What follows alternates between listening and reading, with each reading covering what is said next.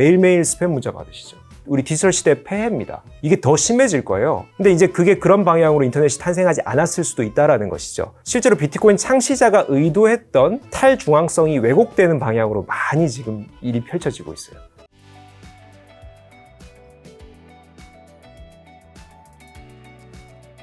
자, 요즘 AI 개발 속도가 정말 빠르죠? 현업에 계시면 좀 어떤 기분이고, 무섭게 발전한 AI 기술 지금 어디까지 발전한 거죠? 최근 몇 년 사이에 아주 급성장했습니다. 거대 언어 모델, 우리 챗GPT 쓰고 계시죠? GPT라는 거대 언어 모델 전쟁이 한 5년 정도 펼쳐졌습니다. 여러 글로벌 IT 대기업들은 자신들만의 거대 언어 모델을 내놓고 규모의 경쟁을 하다가 아마 이제 올해 초부터는 좀 상업화 전쟁으로 넘어가고 있는 것 같아요. 이걸 어떻게 수익화할까? 어떻게 비즈니스를 확장할까? 챗GPT 같은 경우에도 유료화 모델을 좀 빠르게 추진한 경향이 있고요.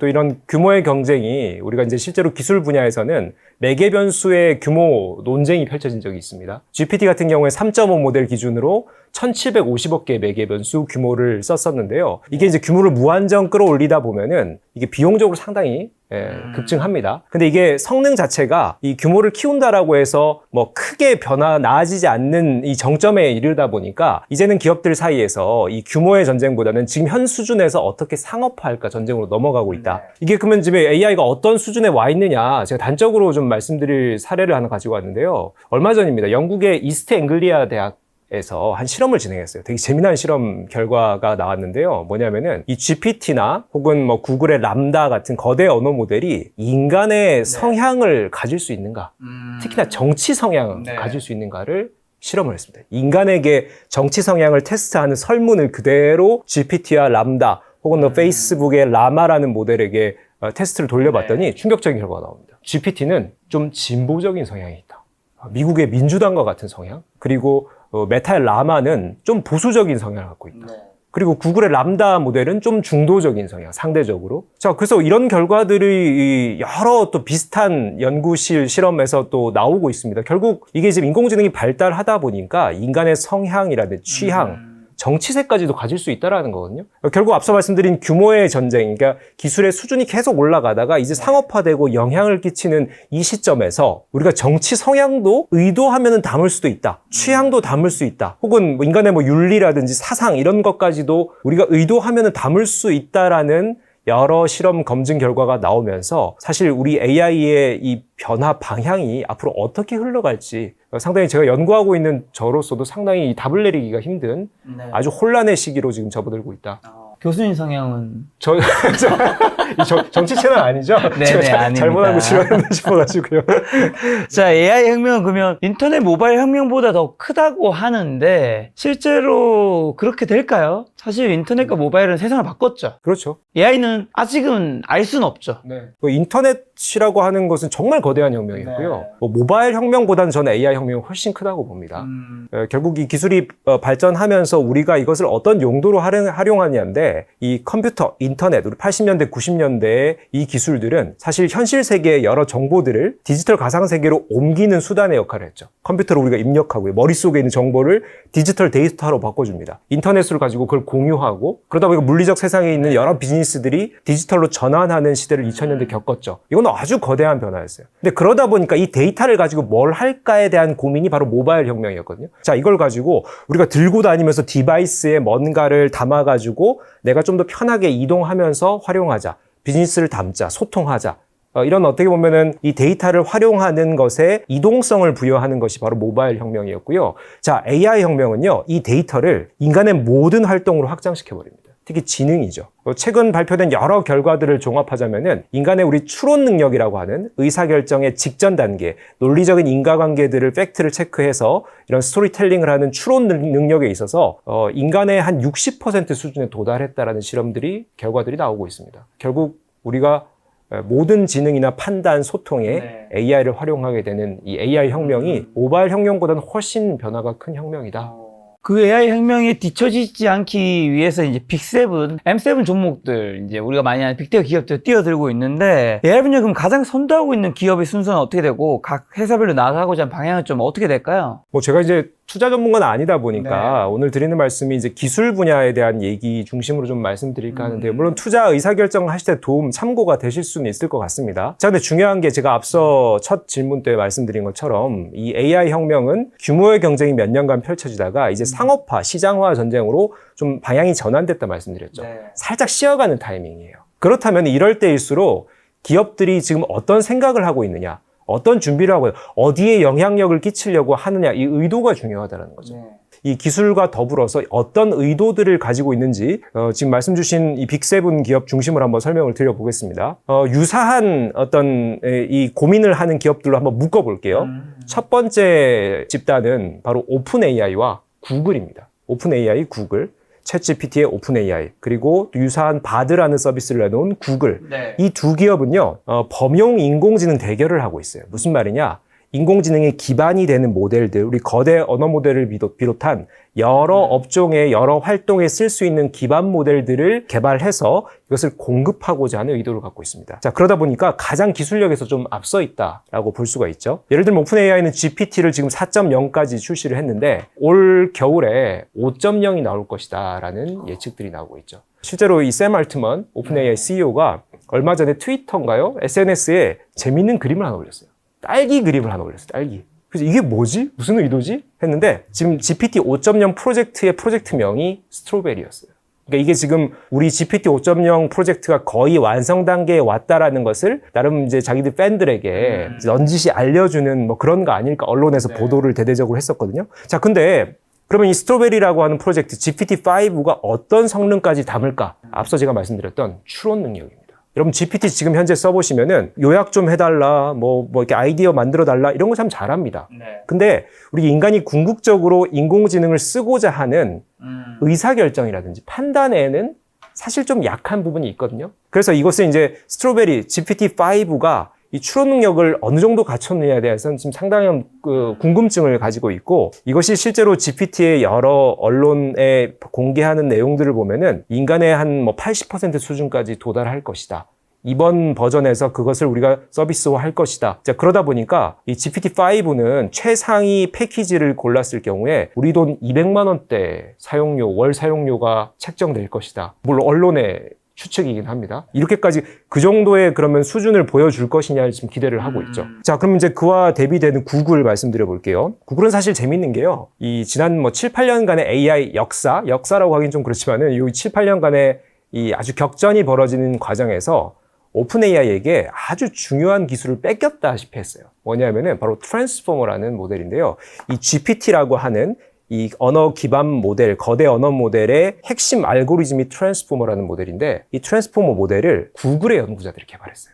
2017년 한 논문에 구글의 연구자 몇 명이서 작업을 해서 내놓은 것이 바로 트랜스포머 모델이었고, 이것이 인간의 언어를 정말 잘 이해하고 또 구사까지 하는 핵심 딥러닝 모델입니다. 근데 이거를 이제 오픈소스 문화가 있다 보니까 이 코드를 그대로 오픈 AI가 가져다가 상용화에 제일 먼저 성공해버린 거죠. 구글이 열받겠죠? 안 그렇겠습니까? 열받죠. 네. 그래서 이제 구글은 사실 그 7, 8년 사이에 이 트랜스포머를 기반으로 GPT 같은 언어 모델을 4개, 5개나 내놨습니다. 뭐 제가 이제 얘기 드릴 수 있는 것마다 팜, 뭐 람다, 뭐 친칠라, 뭐 이런 모델들이 있거든요. 버트 이런 모델들을 내놨지만은 결국 상업화에 뒤처진 거예요. 그러면은 지금의 이 구글의 전략은, 야, 우리가 오픈 AI의 상업화에는 한 발 더 졌지만은 우리가 그래도 기술력은 좀 다소 앞서 있다. 이걸 바탕으로 여러 업종에 빠르게 이것을 이식할 수 있는 전략을 취하자라는 지금 움직임을 보이고 있습니다. 예를 들면은 아주 대표적으로 획기적인 지금 변화를 만들고 있는 업종이 바로 신약 개발 분야입니다. 신약 개발. 우리가 신약 개발을 할 때 사실 우리 신약 후보 물질 발굴한다라고 하는 임상 전 단계에서 많은 과학자들이 뭐 자연에서 채취한 물질이나 화합물 이런 걸 합성해가지고 이게 몸에 어떤 그 작용을 할까, 이거를 엄청 반복적으로 테스트하거든요. 근데 이 과정을 AI가 해버리는 거예요. 구글 딥마인드 연구소가 2017년 발표한 알파폴드 기술인데요. 이게 2까지 나왔어요. 그래서 지금 성능이 어느 정도냐면은 우리 인간의 몸에 있는 단백질 구조의 99%까지 AI가 판단을 해줍니다. 그 말은 인간의 능력치를 월등히 지금 뛰어넘었고, 이 신약 개발 분야에 알파폴드가 적용되기 시작했어요. 아마 항암제가 이 알파폴드가 적중률을 높인 항암제들이 아마 이제 쏟아져 나올 겁니다. 뭐 이런 사례에서 보시듯이 우리가 기술력은 제일 앞서 있지. 근데 이 챗GPT 같은 이 우리가 범용적인 이런 지식 검색 모델은 뒤졌지만은 다른 업종에 기반이 되는 AI들을 쫙 퍼치겠다. 이런 좀 전략으로 가고 있다라는 부분 말씀을 드리고요. 다음 그룹은 애플이랑 테슬라를 한번 묶어볼게요. 네. 왜 두 기업을 묶지? 이렇게 또 의문을 가지시겠지만은 이 두 기업의 공통점은요, 폐쇄적인 전략을 취하고 있어요. 플랫폼 기업이라고 하죠. 애플은 전통적으로 앱스토어든 아니면 우리 맥 OS, iOS 세계 이걸 구축해가지고 우리 디바이스를 쓰는 고객들을 완전히 락인시키는 전략을 썼죠. 그게 지금까지 애플의 어떻게 보면 정체성이었어요. AI도 똑같이 하고 있습니다. 앞서 오픈 AI나 구글처럼 범용적인 모델 만들어서 야 여기저기 다 우리가 뿌릴게 이거 아니고요. 우리 생태계에 들어온 소비자들을 대상으로 우리만의 AI를 만들겠다라는 전략입니다. 실제로 어떤 사례가 있었냐면은 우리 WWDC입니다. 그 2024 행사, IT 업계 행사에서 애플 인텔리전스라는 것을 발표하는데요. 이게 뭐냐면은 우리 뭐 맥북이라든지 뭐 아이폰이라든지 혹은 애플 워치라든지 이런 애플의 디바이스에다가 자사의 AI를 담겠다. 그것의 이름을 애플 인텔리전스라고 붙였어요. 근데 이게 왜 폐쇄적인 전략이냐면요. 아까 제가 AI가 규모의 경쟁으로 가서 이 뭐 매개 변수 숫자가 뭐 1750억 개, 또 메타는 1조 개 뭐 이렇게까지 늘린 적이 있었거든요. 근데 지금 이 애플의 거대 언어 모델의 매개 변수는요. 30억 개에 불과해요. 그러면 아까 제가 GPT 3.5가 1750억 개인데 30억 개면은 50분의 1 수준이거든요. 네. 그 말은 애플이 우리 디바이스와 우리 사용자만 이해하는 AI, 충분히 이것이 이제 가성비가 좋은 AI를 가지고 더 효율화하겠다라는 겁니다. 앞에 오픈 AI 구글과 완전히 다르죠. 그래서 폐쇄적인 생태계 구축을 하고 있다라는 것이고 네. 테슬라도 똑같습니다. 테슬라도 재밌는 게요. 자율주행 분야에서 상당히 앞서 있죠. 그러다 보니까 전 세계의 자율주행 자동차를 길거리에 굴리고 있다 보니까 여기서 수집된 데이터를 바탕으로 완전 자율주행에 지금 매우 다가가고 있습니다. 근접하고 있습니다. 근데 이걸 가지고 다른 업종에 확장하겠다, 뭐 다른 기업들에게 공유하겠다라는 전략보다는 이걸 그대로 자사의 다른 비즈니스로 확장합니다. 대표적인 게 바로 로봇 산업이죠. 테슬라 봇이라고 아마 언론에서 많이들 보셨을 겁니다. 테슬라가 지금 구상하고 있는 로봇 전략은요, 이 완전 자율주행 소프트웨어를 계속 업그레이드하는 과정에서 이것을 뭐 인지하고 판단하고 혹은 뭐 해석하고 이런 알고리즘들을 고도화시켜서 이거를 로봇의 두뇌에게도 탑재한다는 거거든요. 그러면은 테슬라 봇에는 결국 자율주행의 소프트웨어와 유사한 기능들이 탑재될 거라. 그러면은 여기에다가 뭘 추가로 학습시키냐에 따라서 우리가 가정용 로봇이 될 수 있고 또 여러 다양한 용도로 쓸 수가 있겠죠. 결국 공급자 마인드라기보다는 우리 자체에 우리 디바이스를 쓰는 이 이용자들의 효율화된 AI를 구축하겠다라는 것이 애플과 테슬라의 전략입니다. 또 하나 마지막 그룹은요. 마이크로소프트와 저는 어도비사 한번 비교해서 말씀드리고 싶어요. 마이크로소프트가 가장 지금 잘 나가고 있는 비즈니스가 뭘로 알고 계세요? 클라우드? 그렇죠. 네, 너무 정확하게 알고 계세요. 클라우드가 지금 아마존이 1위 업체인데요. 점유율 40%고요. 마이크로소프트 애저가 한 25%까지 따라왔어요. 근데 클라우드가 되게 재밌는 게요. 돈이 되는 업종이에요. 이 영업이익률이 한 40% 됩니다. 그러니까 팔면 족족 돈을 버는 거예요. 그러니까 이게 너무 재밌잖아요. 마이크로소프트 입장에서. 자, 그러면은 우리가 오픈 AI에 지분도 투자하고 기술력도 제휴받고 하고 있는데 이 기술을 우리의 클라우드에다가 탑재하자 이런 전략인 거예요. 그래서 클라우드를 쓰는 기업들에게 이 생성형 AI 기반 모델들을 활용할 수 있는 앱을 개발해서 제공한다든지 또 하나 이제 클라우드 외에 오피스 365 있죠? 뭐 윈도우 있죠? 이런 툴에다가 붙이는 거예요. 그래서 요즘 그것을 이제 브랜드를 정했죠. 코파일럿이라고 합니다. 그래서 코파일럿 기능을 AI를 기반으로 우리의 디바이스, 우리의 서비스에다가 탑재하겠다라는 것이고 이것이 지금 마이크로소프트의 핵심 전략입니다. 자사의 서비스나 제품에다가 AI를 집어넣겠다. 바로 유사한 전략을 취하고 있는 기업이 어도비죠. 어도비는 뭐 일러스트레이터, 포토샵 이런 그래픽, 디자인, 설계 툴 갖고 있지 않습니까? 여기다가 이제 수년 전부터 생성형 AI 기술들을 붙이기 시작했어요. 아마 이 디자인 업계에 계신 분들 요즘 어도비 새로운 버전 쓰시면은 와, 왜 이렇게 자동화, 지능화 되어 있지? 클릭 몇 번만 하면 그림 그려주고 수정해주고 뭐 얼굴 따주고 이거 너무나 쉽습니다. 과거에는 그 툴 배우는 것조차도 되게 어려웠거든요. 이게 결국은 생성형 AI를 자사의 툴에다가 서비스에다가 탑재하는 전략이 지금 먹혀들고 있다는 것이고 바로 마이크로소프트와 어도비가 비슷한 전략을 취하고 있다. 이렇게 볼 수가 있겠죠. 네. 메타랑 엔비디아, 아마존은 왜 언급도 안 하세요? 제가 앞서 말씀드린 6개 기업은 조금 어느 정도 서비스, 비즈니스가 먹혀가고 있는 기업들이고요. 뭐 메타를 좀 추가적으로 말씀드리면은 여기저기 어느 하나 안 끼는 건 없습니다. 뭐 예를 들면은 메타버스 산업도 진출했고요. 또 거대 언어 모델도 메타의 라마라는 모델도 또 개발을 했고요. 또 여러 이제 SNS 비즈니스를 기반으로 AI들을 실험을 하고 있는데 성공 제대로 안착한 게 없어요. 메타는 아직까지 뭔가 특정 방향에 안착했다라고 말하기 좀 애매모호한 상황이다라는 정도 말씀을 드리고요. 뭐 엔비디아 같은 경우에는 아직 하드웨어 기업이죠. 그래서 GPU 기반의 반도체 기업입니다. 그러다 보니까 이 하드웨어 쪽에 이 비즈니스를 확장하려는 시도들을 많이 해요. 뭐 예를 들면은 데이터 센터죠. 그리고 많은 기업들이 AI를 업무에 도입하다 보면은 이 데이터를 다루는 이 데이터 서버 증설이라든지 데이터 센터를 확장해야 되는 수요들이 있어요. 근데 이제 엔비디아가 이걸 패키지로 제공하는 거죠. 야, 우리 GPU를 가지고 우리 서버로 우리가 구성해줘가지고 이걸로 너네가 데이터 센터 만들어. 이런 어떤 모델들을 상당히 지금 수익화하고 있거든요. 그 과정에 뭐 예를 들면은 뭐 성능이나 열 효율, 에너지 효율 이런 것들을 높인 뭐 블랙웰이라는 또 GPU 새로운 모델이죠. 우리 A100, H100 다음 B100이라고 이제 모델명을 정했더라고요. 이런 거 시도하고 있죠. 뭐 액침 냉각 방식으로 이제 반도체가 열이 막 나서 데이터 센터 에너지가 엄청 드는데 그걸 물에 담궈 가지고 식히는 그런 원리예요. 뭐 이런 기술들을 지금 확보하고 있고 결국 엔비디아는 그래도 아직까지 하드웨어 기반의 그리고 이 데이터 센터로 확장하는 차원의 시도들을 하고 있다. 저는 그렇게 보고 있습니다. 아마존은요? 네. 아마존은 사실 크게 언급드릴 게 없어요. 아마존은 지금 AWS 중심으로 AI 전략들을 몇 번 발표하긴 했는데 몇 년 전에 플라이휠이라고 아마존은 이제 우리 AWS 쓴 고객사들이 데이터들을 플라이휠처럼 이렇게 잘 데이터가 흐르는 조직으로 만들어주겠다 이런 전략을 여러 앱에다가 녹여 넣었거든요. AI도 마찬가지예요. 이제 우리 자사에 뭔가 기반 모델, 뭐 GPT 같은 거 이런 거 안 만들고 너네가 우리 AWS를 쓴다라고 하면은 어떤 기반 모델, AI 모델도 가져다가 여기다가 집어넣어서 쓸 수 있게 하겠다. 그거를 뭐 베드락이라고 하더라고요. 베드락 플랫폼. 베드 하면은 뭐 침대, 락 하면 뭐 고정한 뭐 그런 의미인 것 같긴 합니다. 그래서 우린 좀 오픈 이노베이션 전략으로 고객사들이 원하는 AI 모델들을 자유자재로 가져다가 연결시켜주는 역할을 하겠다. 뭐 이런 아직 클라우드 중심으로 비즈니스를 풀어가고 있는 것 같습니다. 자, 그럼 이 7개 회사 중에서 교수님도 뭐 기술 쪽 교수님이시니까 어딘가는 투자하고 계실 텐데 어디에 투자하고 계시죠? 그거 상당히 어려운 질문입니다. 네. 왜냐면 어렵지 않죠. 말할 수 있느냐 없느냐의 차이죠. 네네네.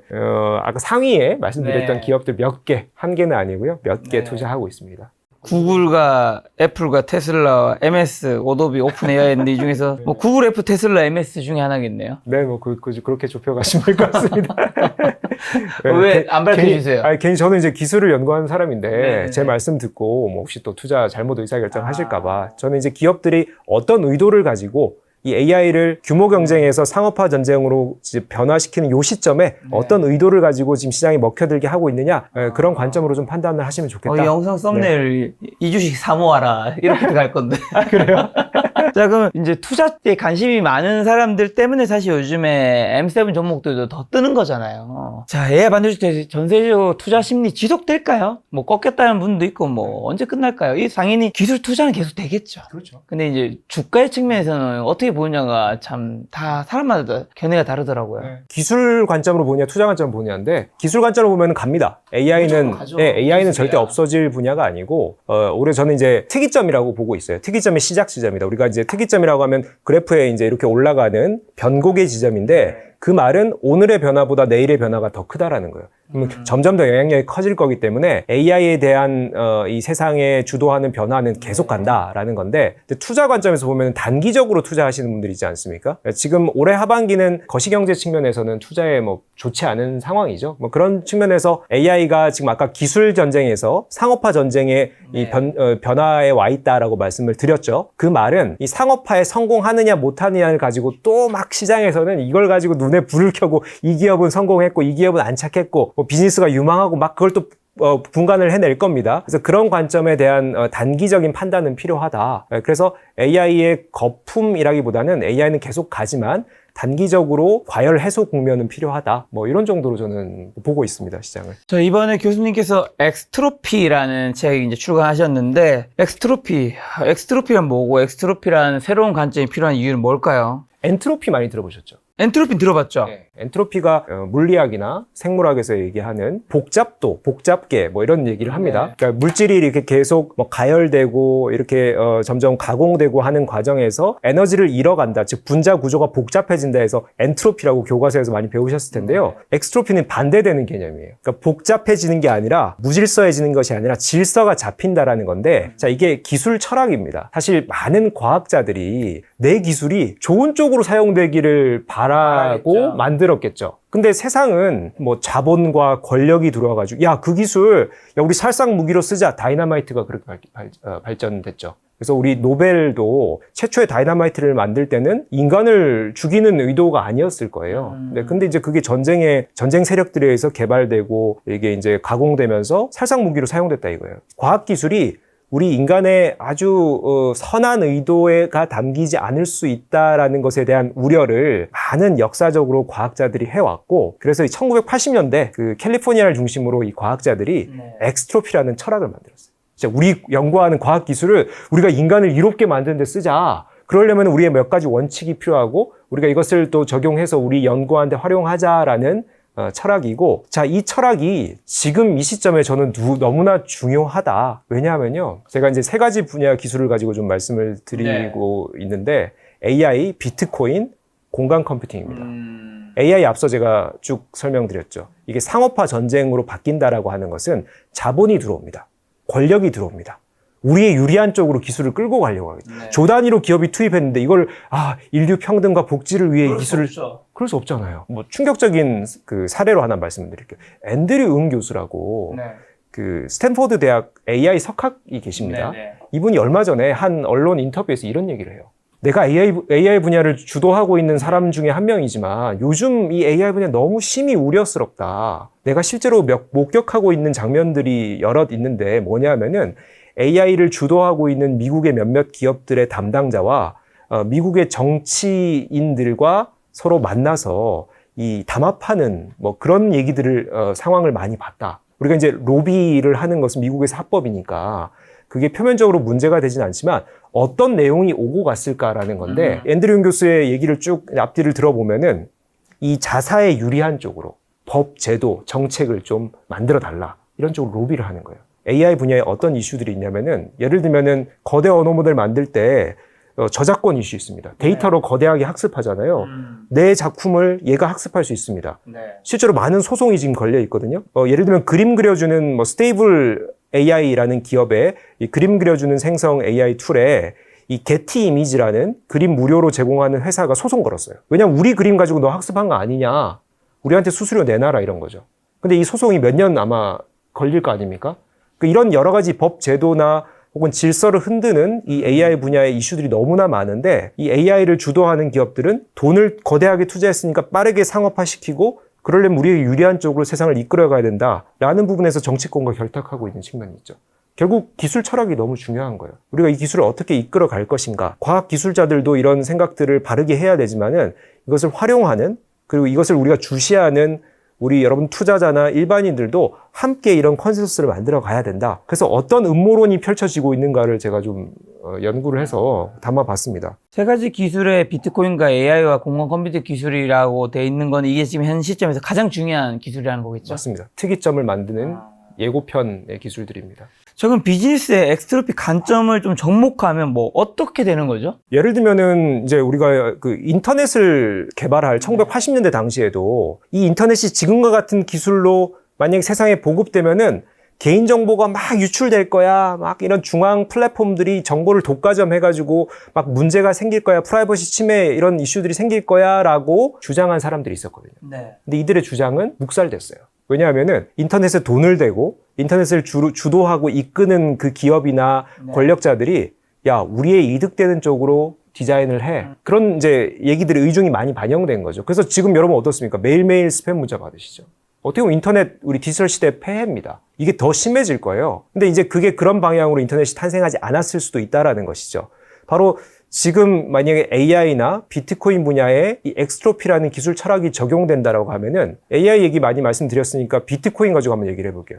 비트코인 같은 경우에 지금 실제로 비트코인 창시자가 의도했던 이 탈중앙성이 왜곡되는 방향으로 많이 지금 일이 펼쳐지고 있어요. 비트코인이 이제 블록체인이라고 하는 기술을 기반으로 탄생한 하나의 화폐이자 뭐 현금 혹은 뭐 자산 이렇게 볼 수가 있는데 실제로 이제 중앙에서 많이 개입을 하다 보니까 이것이 하나의 전통자산 같이 흘러가고 있는 거예요. 요즘 가격이 되게 지지부진한 것도 지지부진하죠. 그렇죠. 기존의 금융권에 혹은 세상을 이끌고 있는 권력자들이 이 비트코인에 관심을 가지니까 이것이 일반 투자자 입장에서 와 많은 사람들이 비트코인을 구입하니까 가격이 오르겠네 좋겠네 이런 측면도 있지만은 실제로 비트코인이 이 탄생할 때 의도된 내용들에 벗어나는 방향으로 이끌어질 수도 있다라는 겁니다. 뭐냐 하면은 이것이 지금 예를 들면은 기존 전통 자산의 해지 수단이냐 아니면은 전통자 자산의 그냥 일부일 뿐이냐 그 포트폴리오 확장 측면이냐 정체성이 확립되지 않았어요. 네. 근데 이제 이런 그 기존 세력들의 자금들이 들어오고 법 제도가 그것을 가둬두고 네. 이런 상황에서 비트코인 창시자들이 만들었던 이런 세상의 어떤 불합리함이라든지 중앙에서 이 화폐나